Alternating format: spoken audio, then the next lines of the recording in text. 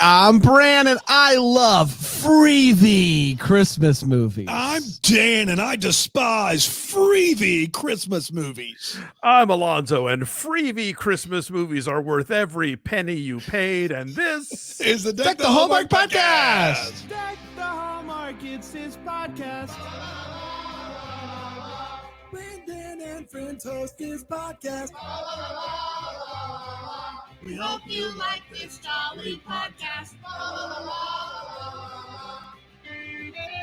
So about 2 boy. months ago, if I can pull back the curtain real quick, about 2 months please ago, we were watching older episodes of Deck the Hallmark on Philo, which you can do as well, philo.tv/GTH. And they were episodes where we were wearing shorts.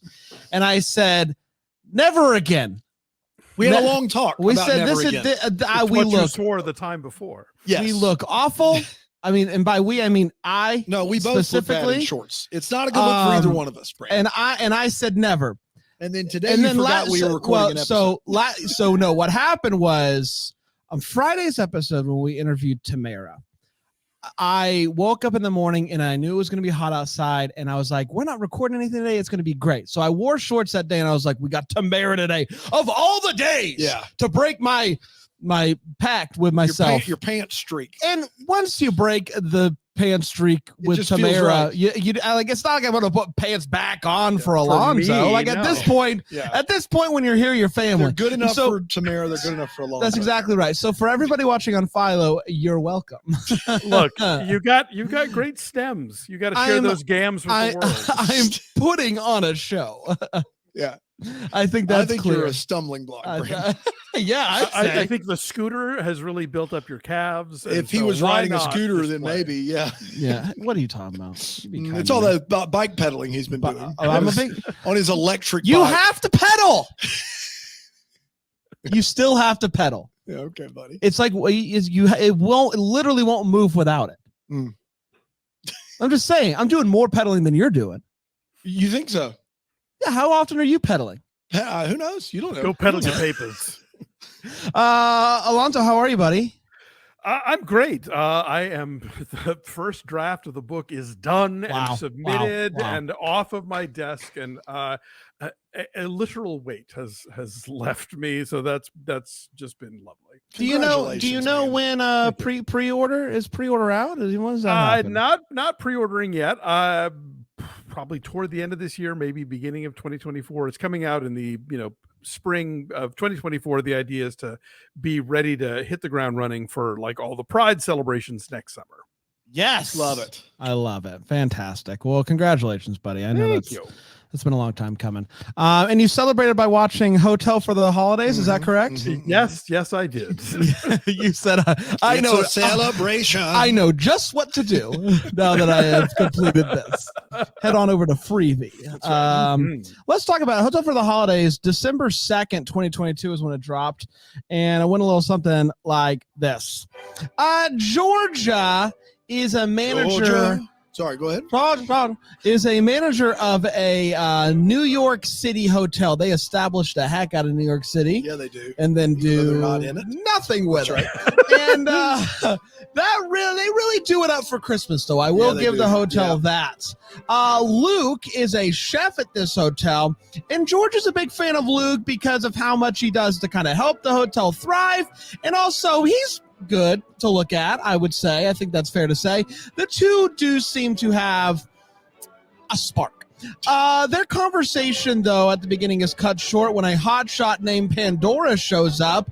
Then out of nowhere, Prince Raymond shows up, except he quit that Prince life.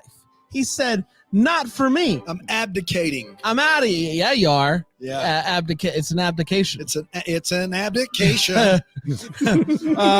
So those, for now, are the players that we have. Come on.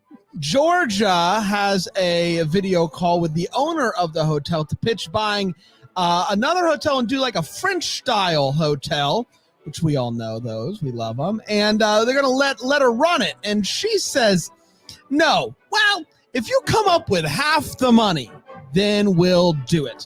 So she's like, where am I going to get that kind of money? My parents are immigrants. And so obviously her and Luke chat about it on the roof. The sparks are just flying. The next day, though, Prince Raymond asks her to show him the city, New York. What is it? And so she jumps at the opportunity so that she can pitch the hotel to him. This isn't about getting to date. It's not a date situation. It's, hey, I can show him New York, and in the process, I can show you the world. Oh my gosh! Funny you should mention that. And so Prince Raymond is like, I hear your idea. I appreciate your idea, but I don't think I want to invest just yet. But maybe we should talk over dinner. So while all that's happening, Luke is like out at the market buying bread, sees the two of them together, and is sad. He's like, oh, I didn't know that was happening. So George's best friend, and I think maybe she works at the hotel, Kiki, spends the day with Pandora. Pandora is trying to blend in with the people so she can kind of like be around the people, understand what people are about, and that will help her with her songwriting because she's in a bit of a slump, writing relatable music. And so I'm not currently positive as I'm writing this how important that storyline is. She wants to do what common people do. That's exactly right. If throughout the next few minutes I talk a lot about that, you'll know it's important. So Georgia asked Luke if he'd make dinner for her and the prince, and Luke is like, I'll show you. I'll make pizza. Nothing romantic about pizza, except there is. Pizza is romantic because Prince Raymond's never had pizza. He's always wanted pizza. This is the best day ever. He's going nuts about that pizza, and rightfully so. Raymond eventually says yes-ish to the deal. While all of that's going on, Pandora is doing things. There's a missing dog as well, and the guy finds it and brings it back. They'll fall in love. There's also an older guy who's rocking a scarf, and except it wasn't meant for him. So that will. We have reduced entire plot lines. The random girl Mad Lib sentences. And then there's a random girl that's the scarf that she meant for another guy, and that guy's gonna propose to her at the end of the movie. So much going on. You call Victor by his name. I'm sorry. I'm so sorry. Does any of it matter? Who can say? Who can say? But here's what I know. The hotel crew is now getting together. They are planning the Jingle Mingle. Is that what it's called? The Jingle Mingle? Yeah, the Jingle Mingle, yes. And they find a brochure that Georgia has created and printed out and left around that basically says, hey, I'm leaving you for another hotel. This hotel doesn't exist yet, but that doesn't matter. They are very hurt. They threaten to stone her to death. And she's like, oh, man, this is the worst. She goes to look at a space and gets stuck in that space while the Jingle Mingle is going on. So the crew, the hotel crew, just does the Jingle Mingle and crushes it. Everybody's having a great time. She ends up getting out of this place she was stuck in, comes back and is like, man, this hotel crew is incredible.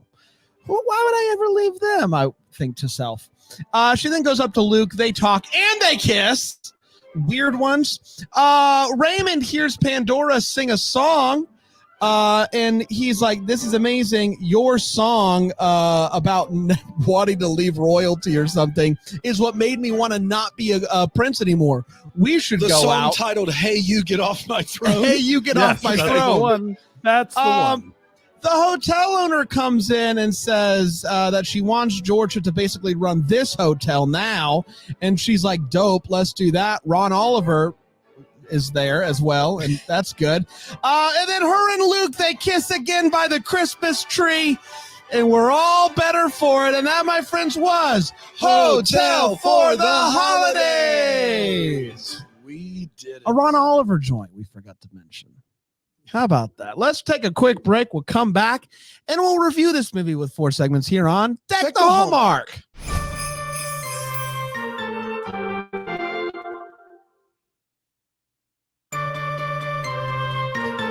Welcome back, everybody, to Deck the Hallmark. It is Monday. It is Christmas Day here when we go back to 2022 and review a Christmas movie we didn't get to last year.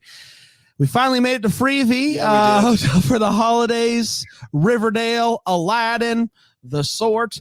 Let's find out what we think about this movie. I will start with Alonzo. Alonzo, Hotel for the Holidays, yay, nay, somewhere in between. Wow. Well, Ron Oliver, as you mentioned, friend of the program, has made some of the best Correct. made for cable Christmas movies in the past. This is not one of them. This to me felt like, let's get Ron Oliver and make him make a movie with one hand tied behind his back.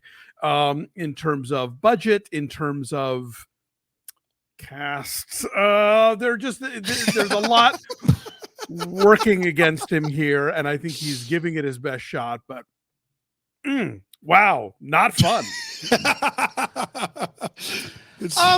This is the Mad Money Don't Buy equivalent. Wow, not fun. Wow, not fun. No. Here's my thing with this movie is why so much of it? Why so much of the people? Why so much of the stories? I felt like every 15 minutes, like an alarm went off. And they were like, let's introduce a new love story. And you're supposed to keep up with all of them and care about all of them. And I'm just not capable of that kind of commitment. So just okay for me. I thought Riverdale and Aladdin did just fine. Apart from that, it was just a lot of trying to keep up. And I know it's a Freevee movie. How hard can it be? You watch it. You try. You try it. Yeah, if you were listening to Brand's synopsis, imagine like watching the movie with him. Well, I'm just like, I'm so used to just focusing on two characters, and they just wouldn't let you. They wouldn't let you. Yeah, They're like, how dare you only want to care about Aladdin? You didn't even talk about the bartender. Oh, the bartender. Yeah. We throw around a term that I think we made up. I know we made it up actually on this show, and that term is hodgepodge beluga. Yeah, that is. If you are listening and you hear us say that we made that up. We did years ago. Brandon and I did. It was a different bit for a different day, but we made it up. Good day, good bit. It was a good day, good bit, and I feel like if it was a real term and there was a dictionary full of terms and you could look it up, you would find this movie, which is just, by the time we get to the H or I storylines, I think it starts to lose a little bit. In 84 minutes, there are 8 or 9 storylines. It's like Stefan and SNL was like, this movie has everything. It has bad French accents. It has Chef Aladdin. It has silent bodyguards. It has, hey, you get off my throne. Like it's got like, it is just patently absurd that there is this much movie with nothing happening. It is 84 minutes that are jam full, brim to brim with what is going on. It is a hodgepodge beluga if I've ever seen one. Hodgepodge beluga. Yeah. So it is that. And it also, there's a storyline where the bartender and the maintenance guy fall in love, and she could be his mom. Like it is like everything about this movie is wild. It is a crazy, crazy movie where so much happens and still manages to be bad. And should boy, be a teen mom, but a mom nonetheless. Yes, boy, is it a bad movie. I have a theory, which is that I kind of disagree with Brand. I don't think that Riverdale and Aladdin make a very good couple. And I think that the movie keeps throwing other stuff at them to not have them have more scenes together because they aren't very good. Well, I liked them until there aren't very many scenes with them. So when the big romance happens in, you're like, have y'all met? Like what's even going on here? I will say in the running for worst kiss. I will say that. Yeah, a tough kiss. But I also feel like Ron Oliver did not write this one. He did. No. This is normally he writes and directs. He didn't write this one, but it felt like he wanted to bring like a really old, like screwball comedy style feel to it. And I'm sorry, it's 84 minutes. You got more plot lines than Love Actually. Like you're not like, I'm serious. Like the bartender and the maintenance man, the Victor and the secret admirer, the dude and the dog who finds the guy that runs a pet store, The bodyguard turns out he's in love with the assistant of the pop Of star Pandora. who's in love with the prince, who also you have a Riverdale and Aladdin. And I know I'm missing one somewhere in there. Oh, Riverdale and the prince, their storyline. And then the hotel. The dog. Didn't you dog? I did Victor dog. and the concierge and the grumpy Santa. It's 10. There are 10 plot lines in this movie. Here's a question for you. Do you think that maybe every day on set they said, let's try another? Yeah, just throw another one out We got there. like, this is almost a relationship per day of Do shooting. you think somebody's agent got mad because their actor was 37 on the call sheet? Like, what are we doing? What if we make a movie where 7 people work in a New York hotel, and by the end of the film, they all are in a couple? Yeah. That's right. Yeah, somehow, some way. Let's get to feels, where we talk about the feels we had. Alonzo? I had a couple. Mainly just there were occasional lines of dialogue that grabbed me. I loved when the pop star is pretending to be a regular folk, and the woman hands her a gingerbread man. She says, "I'm pretty sure this is nothing but sugar and baked lard." And the woman says, "Yeah, that's what Christmas is all about." Like, I'm like, yes, it is. The joke about Monsieur, a monster, made me laugh. Made me laugh hard. It was Brian's Alonzo. favorite joke of the year. I wrote it down as my so feels. bad.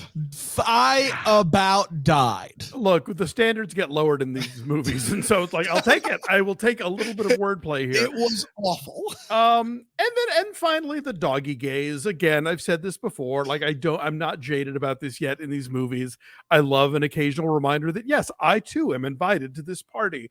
So are they wildly extraneous into a movie that is already overstuffed? Sure, yes, why not? But if we're already going to have like 18 romances, why not have one of them be 2 dudes and a chihuahua? 2 of them are, because the bodyguard. True. Yeah, But that's at the also- last minute, doll. But also on the chemistry scale, they're not at the bottom of that lit. Like, you know what I mean? Like, Oh, sure, of, of these couples that are all getting together, it's from an like ranking them by the level of extraneous. You know what I mean? Like by like the Yeah. need. They're not at the bottom of that list. You could do worse. Yeah. Doggy gaze, amazing live, by the way. Phenomenal. If they had them right up, like right. They played a cover of "Hey, You Get Off My Throne." Yeah, and they it did. was just. But And you they- should take a Claritin first. They played at Coachella, and not a lot of people went. And I just implore you, next year, Next year, don't Doggy miss out gaze. on Doggy Stage Gaze. 7. Stage Sometimes seven. that's where the Stage release. 7's sometimes real that's magic exactly happens. right. You got to That's know true. them, but you got to find them. That's right. I want to do the line. Yes, amazing. But there are a few things that get me more than like a overly decorated inn Yeah. or hotel. Like, it just works for me. It just makes me feel so happy. Like every year I go up to Asheville and go to the Grove Park and look at the gingerbread houses and see all the I just love it. I'm a big fan of hotels at Christmas. And so this one was decorated and it made me happy. Dan? Yeah, Ron Oliver never under Christmases us. Like any movie he ever directs has more than enough Christmas in it. And this one is no exception, even which we'll get to it later. I'm sure Bran will take this. Even the secret stairwell is decorated stem to stern. So that I will give this movie that for a movie, like for these 84-minute Christmas movies, if you're looking for Christmas feels, for as much bad as we've said about the movie, you could do a lot worse from a Christmas feels standpoint. And we have. There's been the amount of Monday movies we've had this year that we've been like are barely Christmas movies. Yeah, exactly. This is not one of those. No. Let's take one more quick break. We'll come back with the wait what and we'll get it. We'll get it here on Deck the Hallmark.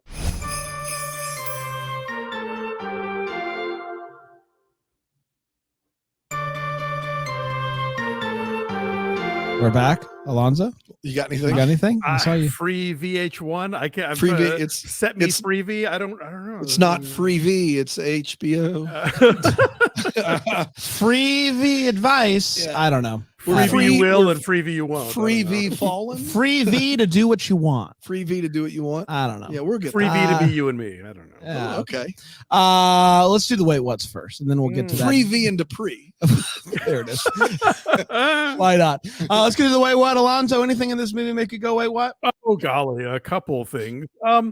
First of all, and this is sort of like kind of baked into the whole movie. On the one hand, we're meant to understand that this is a grand old-fashioned hotel that has seen better days. The electricals are having problems, and there's all these things going wrong. The electricals, the power, the electricity. The electricals. The power goes out, the lights aren't working. Like the electricals open for doggy gaze. Okay, I'm almost positive. That's true. Amazing. Yep.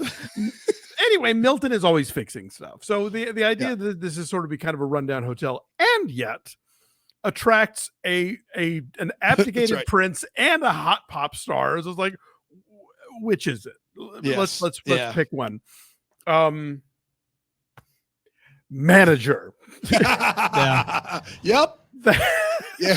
The giant name tag that says manager that is passed from person to person like it's the conch in Lord of the Flies. Lord of the Flies. But all of the name tags are just what they are. Manager, staff. Yeah. For a movie that is so much about people. No, not this place. No, this place is like, your identity doesn't matter. It is every day you come in and they just spin a roulette wheel to see who gets what job. Today, your manager. They might Mr. Manager. Give you a barcode while they're at it. Who even knows? You don't know how many of those have been fired. How many managers we've gotten rid of already? It's just not worth it. We are meant to know that Aladdin and his headbands is in love with Riverdale because he slaves over making her lunch every day and like goes out of his way to make sure that it's really great. And he brings her to this, like, it's supposed to be like a truffle oil grilled cheese sandwich that has like a question of chives or something.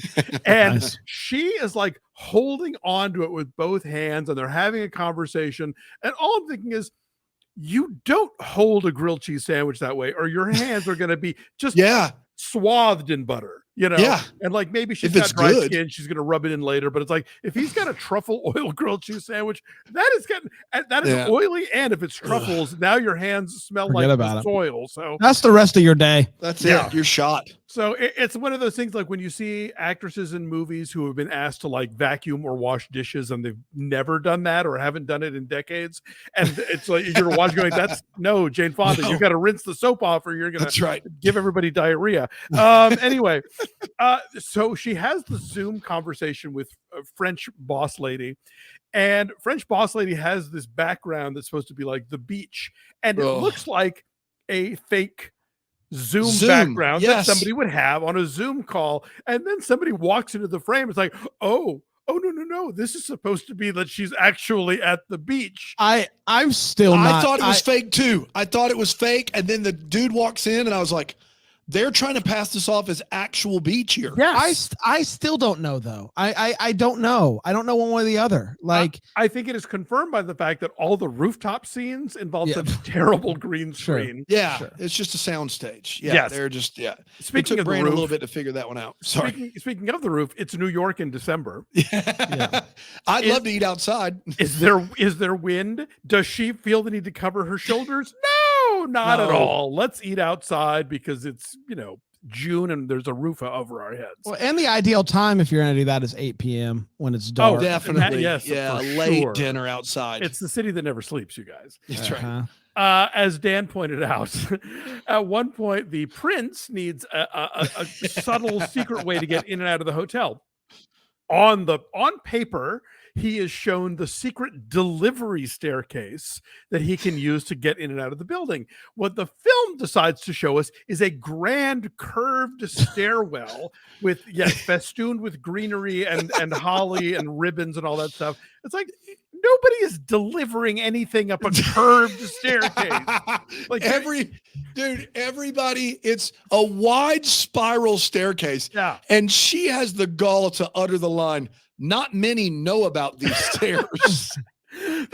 Bring the piano in and bring it up the curved staircase. That's right. This is where we take deliveries. Yeah. Just make sure you lift with like a twisting back motion too. Like, were you kidding me right now? It was the dumbest thing I've ever seen. Oh my God. Bad. So, okay, Pandora and is it Jimothy? Is that her assistant's name? Check into the presidential suite, and the guy on the radio talks about how her new single is tanking because, of course, people on the radio always talk about the songs they're not playing. That's right, all the time. Yes, we've all been there. So that for sure. Aladdin says he's going out to get groceries for the hotel. Is he going to Costco and coming back with a pallet of things? Is he getting cases of produce? No, he is getting one grocery bag with the requisite one baguette sticking out of it. Organic, baby. It's the only way to go. For sure, yes, because he's got, he's very demanding that way. But also he's bringing it back to what is essentially someone's suburban kitchen. It is not a hotel like people yelling, lots of space, industrial. No, this is cabinets and like one marble counter kitchen. Aladdin wants to apologize for the pizza incident, so he makes a sandwich for Riverdale. Yeah. This sandwich is larger than her head. It's a character in and of itself. It's at least a 6-pound sandwich. It has its own zip code. It is. I love to eat more than just about anyone I know. And that sandwich looked like it was too much sandwich. The Man versus Food's not touching that. Forget about it, guys. The bottom bun on this sandwich is a loaf of bread. Right. It is an abomination. It was. I don't even know if some of the things on there were food. It was. There's no way he didn't have enough groceries in that bag for that sandwich. It is absurd. It is colossal. Someone in the chat would like to nominate the sandwich for a Decky. Yeah. If we need to create a new best prop, best whatever. I'm not against it. God, and it winds up in the hands of the bartender. And so for the whole rest of the movie, whenever she's like upset or feeling down, I thought, I shouldn't have finished that sandwich. Why did I cut it in half and put part of it in the fridge? What was I thinking? If anyone could finish that sandwich in a sitting, I would like to shake their hand. That is it. That would be impressive. Yeah, you get the T-shirt, I think. If you that's like a full thing. Yeah, picture on the wall. You need a whole restaurant. Like, I'm not just doing that for a T-shirt. Yeah, take it to the homeless shelter for like everyone there. That's right. That's how big this sandwich This is after Jesus made the 5 loaves and 2 fishes for the 5,000 I cannot duplicate the sandwich. This is unbelievable. Me. Could Jesus make a sandwich so big that even he can't lift it? I think that's one of the great. You never know. Great ongoing questions in philosophy, right? The big dramatic turn of this movie is that everybody at the hotel finds out that Riverdale wants to go work somewhere else. Mm-hmm. Right. That's it. Like that's the whole thing. Like it's this as though this were a workplace sitcom in its 7th season. And how dare you want to leave? Yeah. It's like people come and go from jobs all the time. Yeah. That whole idea of like we're family is usually a way of like people trying to pay you less. Like don't fall for it, y'all. Don't fall for the pizza party and the foosball. Get paid. So that just struck me as ridiculous. None of us have been in that situation before. Oh, no. Heavens no. Alonzo, not me, not Brandon, not Aaron. None of us. We've always taken the money and not the pizza. Ideally, you at least ask for the money. That's right. That's what's important. And then the whole thing with Victor and the engagement is like, I barely knew they knew each other, I thought it was a secret admirer thing. It's like, I mean, it's a hell of a scarf, obviously, if it made it sit down on one knee. And it was a hell of a scarf because dude was wearing it the entire movie from the moment that he opened the box. In fact, when the girl asks for it back so that she can give it to the intended giftee, I thought, you got, are these crumbs? What, did you drool on this? What's going on? I like to think that he saw the maintenance guy wearing that scarf and he just thought to himself, I would marry any woman. It is so hard to find a solid red scarf in New York at Christmas time. I mean, those things, rare. You really got to know what you're doing to find those babies. Mm-hmm. You took a lot of mine, Alonzo. I will just quickly those are good. Those are all really good. Piggyback off of everyone being mad at her for the other job thing. This movie is weirdly anti-entrepreneurial. Like she is wanting to raise money to basically co-own a hotel. And everyone's like, screw you. How dare you? How dare you? Just toe the company line. Be like, better. She like even makes a note of like her parents are immigrants. Like they came here so she can have a better life. The American dream. Be an entrepreneur. No, stay here forever. How dare you? Well, and of course, I mean, like these movies tend to take the progress is bad route. You know, how dare you tear down the bookstore to put in, a parking garage. Even in this one, it's like, ooh, apps, you idiot. Now you're going to be stuck in a hotel. Serves you right. But yeah, that's taking it a bit far. Yeah. And so the solution here is at the end of the movie, she goes from manager to executive director, Correct. which begs the question, who's that? Like, who is doing that? Yeah. I just had what's written it down mean for it? the current executive director of the Hotel Fontaine is about to get fired on Christmas Eve. No, look, titles is up there with foosball table. It's just a thing that they do. It's just, what but is not it? pay you. So no one was doing it. No one was doing it. No. Is what you're saying. I think it's just a fancier title of manager. I think. There's a humdinger of a She gets line. a new name tag, I bet. She does get a new name tag, and that is really exciting. Yeah. Aladdin gives one humdinger of a line. He goes up to her on Christmas Day, has a box with an ornament on it. They do the whole thing, and he says, I have a lot I want to say to you, but for now, will Merry Christmas do? I don't know. I mean, it's a start, but why not just, can we not have the conversation? A lot of what I wanted to say to you was swallowed up by plot lines K and J. So I'm going to have to just say Merry Christmas. There's a lot I want to say to you, but I guess just Merry Christmas is going to have to do for now.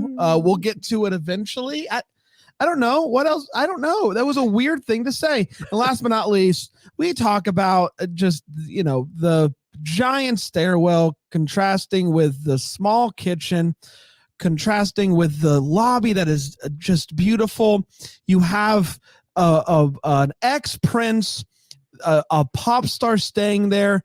And then at the end of this movie, they go to an exterior shot and they pan up. This is the number one. This is 2, maybe 3 stories. It is a 3-story building on in New York either City. side of this hotel are larger buildings. It is the smallest building on the block. It's called the Hotel Fontaine in Manhattan, and they are like pristine. And then at the end of this movie, I honestly thought we'd been punked. I'm like, the it's whole going time up, and you just go to air. There's Maybe nothing there. Might as well have a Canadian flag while you're at it. Maybe it's the Ron Oliver of it all, but I was expecting the plaza, and they just go, and that's it. Like a 15, 20 story. Nope. Just 3. Just 3. Just a classic Red Roof Inn situation here. No need to move along. Now I want to go back and check all the room numbers that she gives to Milton at the beginning and find out, wait, there's no 5th floor of this. What are you talking about? Unbelievable. I was so sad. That and the giant sandwich were both real high up on the list. Dano? Yeah, we've both of you have mentioned that the big problem is she's leaving her job to go to another one, and that's the big crux of this.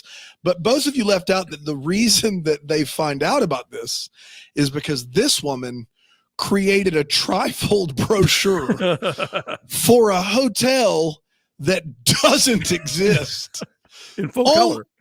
In full color, just so she can put executive director, my name on it. There is no other reason for that brochure to exist. The French lady's not there. There is no reason to have those made. Dan, have you never heard the expression pamphlet for the job you want? Yeah, exactly. Yeah, pitch deck. The French don't know what pitch deck means. They don't have the ability to want it online. They don't need to make a paper. Can I get a paper trifold, please? Make up the name, act like it already exists. Double-sided. Go for it. Why? And then, if you're that worried about it, why are you leaving the literal one copy of that laying around in your office? That is terrible, man. That's really, really bad. We didn't get to it, unfortunately, in the synopsis. I don't think, maybe you did. But at the end of this movie, they casually make the maintenance guy the manager of the hotel. That's true. And I am not here to tell you that people can't do stuff. You can shoot for the stars, do what you want to do, but typically you hire someone to manage a grand hotel with some sort of experience managing. He's done it for a quarter of the movie. And He was made manager. And they just And he make did a him, great job. He's Mr. Manager. They just make him Mr. Manager. He's Just got like those that. three floors tight. Yeah. Kiki makes him manager, and then I guess the place didn't burn down. His so mom / love interest will be very, very proud of him. And I'll tell you, I was actually happy to see her because she's wonderful. That is a familiar Jane Springsteen, I believe was the familiar face from these movies. Who I always she's wonderful in the movies, and so is he. He's been in these movies before, but there's like a decade and a half. It's unbelievable. Yeah. What else do I got? This prince wants to lay low for a while. And the thing he thinks he needs to do to lay low is date a pop star. He's had it with the paparazzi and the media. What if I date a pop star? Like, what if Prince Harry was like, what if I dated Lady Gaga? What if I did that? I want to lay low and date the Lady Gaga. That's what's happening here. But the big circle big thing we need to circle here is this is on a board of bad accents in a world where we've seen a lot of bad accents. This French accent has to be near or at the top of the list. It was brutal. And it's better because you get the Zoom background, but it is like a French accent that Bran or myself would do just around at the office for fun one day. Maybe give me the trifold. Do you want to run the hotel? The hotel, I will make you executive director. This brochure makes a very good case. That's right. The phone is ringing. Like it's basically Inspector Clouseau. Well, I'll tell you, I thought that the ex-prince was doing a bad British accent, and then I looked him up, and he is British. So. Oh no! Yeah, no. This accent. Was I've been told I do a bad English as well. So yeah, exactly. Yeah. Your American is spotty. You're American. That's right. More than fair. That's right. It's more than fair. You've probably not listened to yesterday's ride episode, Alonzo, but he said last Wednesdays. The last Wednesdays. When I say yesterday, you know what I mean. Of course. He says those was bad bus rides. And I'm sure those was bad bus rides. Thank you. Alonzo gets me. They was bad. Alonzo lets me live in my little world where what I say makes sense, and he's fine with that, and I appreciate that. I see you. I make space for you. Thank you. Bus rides is bad. Bus rides is bad. Yes, is. Yeah. On ride, especially. Especially on ride, anything goes. It's time for what did we come up with? One episode of Ride or this movie to watch. This movie, yes, easy. And it's double the length. Easy. It's double the length. What is it? Freevee, me and Dupree. Freevee and Dupree. Freevee and Dupree. Like why not? It's where we talk about where in this movie should Dupree end up, but also any questions that we still have. Alonzo. Yeah, wow. Welcome to the hotel HR nightmare. It's a lovely place and you can never leave. Again, literally, there are 7 staff members in this movie. And by the end of the film, the executive director is going to be sleeping with the chef. The new manager is going to be sleeping with the bartender. The assistant maintenance person is sleeping with the assistant chef. And the concierge is connected with the snarky Santa on the sidewalk who maybe has some connection to the actual place. I don't know. But anyway, it just all seems like this is a fire waiting to happen. Yeah, no, for sure. HR figuratively or literally. Both and Sitch. So at the end of this movie, Kiki is talking to the new manager, and she has a piece of paper on a clipboard with words on it, and she circles some of them and says, "I've got all these ones," and then circles another one and says, "I think this one's fine." What is she talking about exactly? I don't know if it's like, hey, let's debrief real quick about the jingle mingle. I've got these ones. I think this one's fine. Is it in reference to her whole 12 Days of Christmas shtick that the whole movie? No, it's the end of the movie. Oh, after this that. point. Oh, then I got. It's Christmas Day. He's just now manager, and she says, "I got to tell you something. I've got these ones. I think this one's fine. Right, I think this one. Fine, yeah. I think this one's fine." Maybe they're going to cook all the geese. Yeah, it's like something background actors would be doing. Yeah. See, I've got this one. Yeah. Move this one. 34. Here, carry the hot hike. Omaha. Watermelon cantaloupe. Dana? Yeah, I have two. One is I would like to hear the song "Hey You Get Off My Throne." Oh, boy. Is it just like a "Hey You Get Off My Cloud" cover? Is it a different song altogether? I don't know what it is. But my bigger one is that the creepy Santa outside there, he's pocketing all that money, right? Like he's taking every dime of that money. Yeah. No one in charity is getting that, right? Right? Correct. I would ask for a license from that For cat sure. putting a dime in that bucket. Yeah, For sure. More than fair.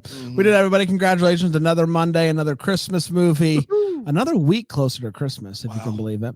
Up next, we are heading back to network television, going to CBS to hang out with our friend Neil Bledsoe. Oh, boy. With Must Love Christmas. Now, when I put this on the Christmas. list, it was streaming for free somewhere, but now you have to rent it. So there's that. But what won't we do for Neil Bledsoe is the answer. That's right. And if you watch it because of us, we'll send you a check. I'm just kidding. Just kidding. We won't do that. So what is it? Must love Christmas. Very excited about that. I actually saw this one. So yeah. I love the that. things I will do for Neil Bledsoe. No kidding. We did, everybody. Congratulations. We'll be back tomorrow with another one. Until then, maybe we'll be the first to wish you a Merry Christmas. Deck the Hallmark is a Bramble Jam podcast. It's produced by Aaron Shea. For more information on Deck the Hallmark, you can go to deckthehallmark.com. For more information on the Deck the Hallmark family, you can go to bramblejamplus.com. Deck the Hallmark is presented by Philo TV. For a free trial of Philo, go to philo.tv/DTH.